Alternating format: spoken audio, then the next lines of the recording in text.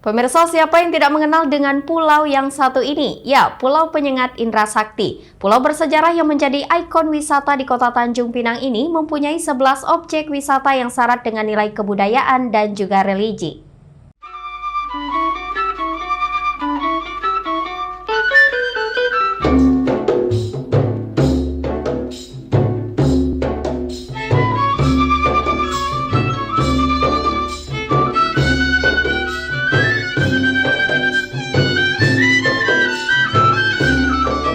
Pulau Penyengat merupakan sebuah pulau kecil dengan ukuran panjang 2.000 meter dan lebar 850 meter.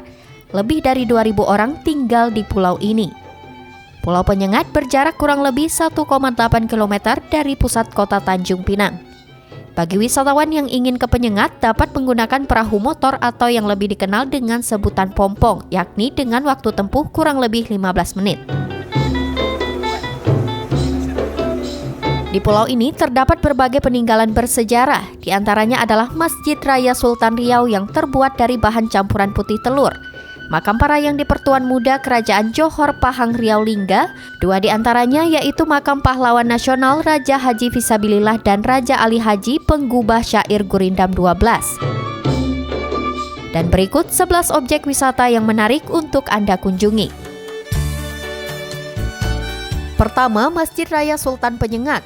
Masjid ini pertama kali dibangun pada tahun 1803 seiring dengan dibukanya Pulau Penyengat sebagai mas kawin dan kemudian tempat kediaman Raja Hamidah Engku Putri yang dibangun pada masa yang di Pertuan Muda Riau Lingga ke-7.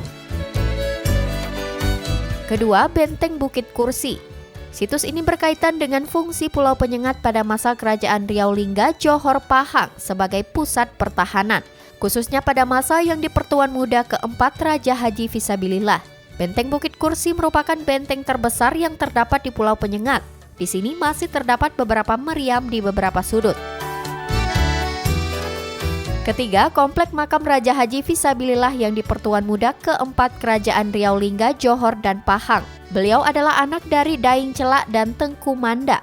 Raja Haji juga telah ditetapkan menjadi tokoh pahlawan nasional oleh pemerintah Indonesia saat ini. Keempat, Gedung Mesiu adalah gedung tempat penyimpanan obat bedil atau mesiu pada masa Perang Riau yang terjadi pada tahun 1782 hingga 1784 antara Belanda dan Kerajaan Riau. Kelima, Gedung Tabib. Gedung ini merupakan gedung kediaman Tabib Raja Daud. Beliau merupakan tabib pada masa Kerajaan Riau Lingga. Ia juga banyak menulis tentang ilmu pengobatan Melayu. Keenam, Istana Kantor merupakan istana Raja Ali yang di Pertuan Muda ke-8 yang memerintah sejak tahun 1844. Bangunan ini dikenal dengan sebutan Istana Kantor karena selain sebagai tempat kediaman, Raja Ali juga menggunakan bangunan ini sebagai tempat beliau menjalankan administrasi pemerintahan. Ketujuh, Komplek Makam Raja Hamidah binti Raja Haji Fisabilillah atau yang dikenal dengan sebutan Engku Putri. Ia adalah permaisuri Sultan Mahmud Riayat Shah, salah satu tokoh penting bagi sejarah di Pulau Penyengat. Kedelapan, Komplek Makam Raja Abdurrahman yang di Pertuan Muda Kerajaan Riau Lingga ke-7. Beliau merupakan tokoh yang menginisiasi renovasi Masjid Raya Sultan Riau yang dilakukan secara bergotong royong oleh semua lapisan masyarakat di Pulau Penyengat kala itu. Kesembilan, Gedung Engku Bilik. Gedung ini terletak di Kampung Ladi, tepatnya bersebelahan dengan Komplek Makam Raja Jakfar. Bangunan ini berbentuk segi 4 dan berlantai 2. Bangunan ini memiliki gaya bangunan Art Deco yang merupakan ciri khas bangunan abad ke-19. Ke-10, Komplek Makam Raja Jakfar yang di Pertuan Muda ke-6 Kerajaan Riau Lingga. Beliau merupakan anak Raja Haji Fisabilillah. Beliau diangkat sebagai yang di Pertuan Muda Kerajaan menggantikan Raja Ali marhum Pulau Bayan yang wafat pada tahun 1806. Ke-11, Balai Adat.